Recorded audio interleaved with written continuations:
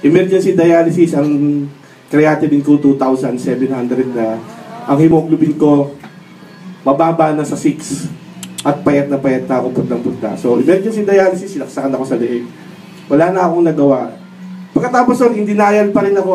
Hindi ako nagpalagay ng sabi, maglagay ka ng fistula. Kailangan mo yan. Hindi, sabi ko, mga 3 dialysis lang, okay na ako. Kasi isa pa nga lang, okay na ako, lumakas na ako eh. Sinalinan ako ng 3 pag nadugo, okay na ako. 3 lang, 4, okay na ako. Hindi ako nagpalagay ng fistula. After 2 weeks, nagkaroon ng infection yung aking nasa leeg. Ang ginawa, nilipat naman sa kabila. Another 12,000. So, wala na akong choice, nagpalagay na ako ng fistula. Wala na rin ako nagawa, tuloy-tuloy. Dialysis sa loob ng 9 na taon. Napakarami na pong paghirap ang pinagdaanan ko. Siguro po, yung mga nandyan na nakaupo, meron sa inyo 1 taon, 2 taon. Kung may kukumpara ko po yung pinaghirapan ko sa pinaghirapan nyo, naku, mas grabe po yun sa akin. Naranasan ko na rin po na manghingi, mamalimos. Yung unang taon, 2 taon, kaya pa eh, kasi may pera ka pa eh. Pero noong mga sumunod na taon, habang humihina yung bulsa mo, humihina rin yung katawan mo. Yes. Pati yung mga pakiramdam ng mga magulang mo, kapatid mo, nanghihina rin sila para sa'yo. Lalapit ka sa kaibigan mo, sa kamag-anak mo, kung ano-anong maririnig mo.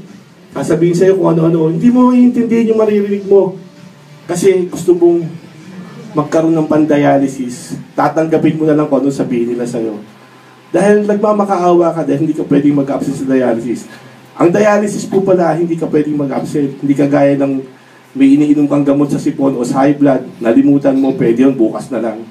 Ang dialysis, mag-absent ka, 1 beses, 2 beses, patay ka. Tumagal po ng tumagal.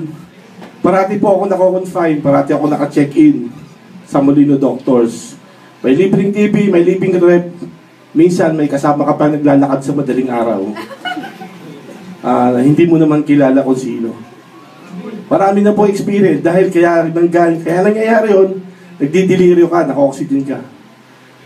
Ang daming paghihirap. Sabi ko nga, kung gumastos ako ng 10 million sa pagdadialysis ko, yung paghihirap na nararamdaman ko is more than 100 million na ang halaga kung babayaran mo. Ganun o kahirap ang pagdadialysis. Tuloy ang dialysis. 3 years ago, sabi ng doktor, Ariel, deteriorated na ang kalusugan mo, hindi mo na kaya magdialysis. Paswerte ka, buhay ka pa. 3 times a week ka na magdadialysis. Minsan, nagpo 4 times ako, pag talagang congested ako, 4 times pa. 3 times ang dialysis ko. Habang nagti 3 times ako, lalo ako nanghihina, hindi na ako nakakain. Until, na-confine ako noong November 2014, napakaraming paghihirap ko.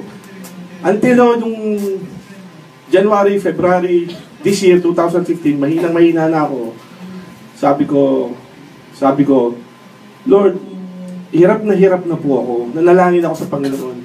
Bakit mabuhay pa ako hanggang ngayon? Sabi ko, kung talagang gusto mo akong buhayin, bigyan mo ako ng kagalingan, padalhan mo ako ng kagalingan para mag-glorify ko yung ang pangalan mo. Ano ba talaga ang gusto mong gawin sa akin?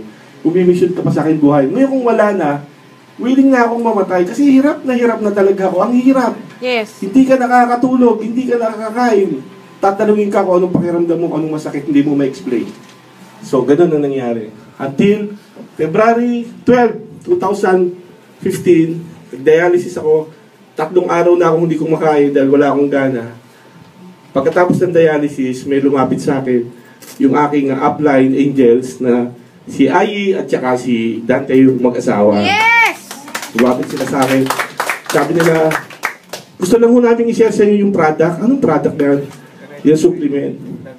Sabi ko, anyway, mahilig naman ako sa sige, subukan ko. Pero sinasabi ko sa inyo, hindi ko kayo kilala, hindi nyo ako kilala. Bahala kayo. Wala siyang kaabog-abog, binuksan niya yung pinainom kagad ako ng 3 jiggers. Kasi nakita niya pala, awang-awa siya sa akin kasi putla-putla na ako, yun ang hina ko. Ininom ko. Pag-inom ko, after 10 minutes, sabi niya, uy, pumupula na yung ano mo, lips mo, namumula ka na. Sabi ko, gusto lang kumita nito, binobola lang ako nito. Gusto lang kumita, gusto lang bayaran. Wala akong pambayad. Wala akong pera ka ako, wala akong babayad dyan. Hindi ko muna pababayaran sa'yo, sabi niya. So, ininom. Nagulat ako kasi after 30 minutes, nagkukwentuhan kami, nagutom ako. Yes! First time nagutom ako, sabi ko sa kapatid ko, tara na, tama na yan, nagugutom ako, kumain na tayo. Oh. So, pagkatapos noon, binigay ng kapatid ko yung address, tinake yung supplement, tuloy-tuloy lang. Kinabukasan, tuloy pa rin ako ng inom. Nagulat ako kasi nakatulog ako ng maganda. Yes! At paggising ko, ang nakakahimalang bagay doon, kasi paggigising ako sa umaga, kahit nakatulog ka na hirap kang gumising, ang bigat ng katawan mo. Pero noon, nung paggising ko, ang gaan ng katawan ko, parang walang nangyari. Yes! Parang nakapahinga ako ng gusto. Yes! Sabi ko, mukhang may effect itong Ginawa ko, tinuloy. Kinabukasan, dumating sila. Binigyan na naman ako ng isang bote. Sabi ko, talagang gustong kumita nito. Binigyan ka na naman, o. Sige lang, kasi wala pa namang bayad eh. Tuloy. Sa madaling salita, tinuloy ko siya ng tinuloy. After 1 month, sabi ko, magpapalaboratory ako, titingnan ko kung okay ba itong supplement na to. Ang hemoglobin ko, 8.5. Nung lumabas yung laboratory, 8 ang hemoglobin ko, bumagsak. Sabi ko, wala, pinagkakakitaan lang talaga ako dito. Pero kinausap ako nung aking upline. Ay, sabi niya, ituloy mo lang yan. Ituloy mo lang kasi talagang lang yan. Ganyan lang talaga. Marami kang mararanasan mga healing effect. Ganun sinasabi niya. Sabi ko, nasa isip ko talaga totoo. Gusto lang talaga akong pagkakitaan ito. Sa halip na tumaas, bumaba eh. Anyway, tinuloy ko pa rin. Mabuti na lang, makulit siya. Yes! After 3 months na aking pag-inom ng supplement na yan, nag-12 ka agad ang hemoglobin ko. Yes! Nagulat ako, sabi ko, nag-12 ang hemoglobin ko. Tapos yung mga laboratory results ko, bigla nag-unti-unting nag-normal. So, after 4 months, nag-laboratory ako, nag-normal, ang hemoglobin ko 12 pa rin, ang aking calcium nag-normal, ang potassium ko bumagsak, ang uric acid ko bumagsak. Kinausap ko yung aking nepro, sabi ko, Dok, ito yung result ng lab ko, anong gagawin ko dyan? Pwede ko bang itigil na yung gamot ko? Sabi niya, sige, itigil mo na muna pansamantala. Sabi niya gano'n. Pero hindi ko pa sinasabi sa kanya nag-iinom ako ng supplement. Kasi ayaw nilang maniwala eh. Ngayon, after 4 months na pag-inom ko, nung ako'y nagda-dialysis, naggulat sila, parang namatay ako sa dialysis. Nagkagulo sila sa dialysis kasi sanay sila ang BP ko mataas. Nung ako'y parang nawala sa sarili ko, na parang pakiramdam ko, namatay nga ako.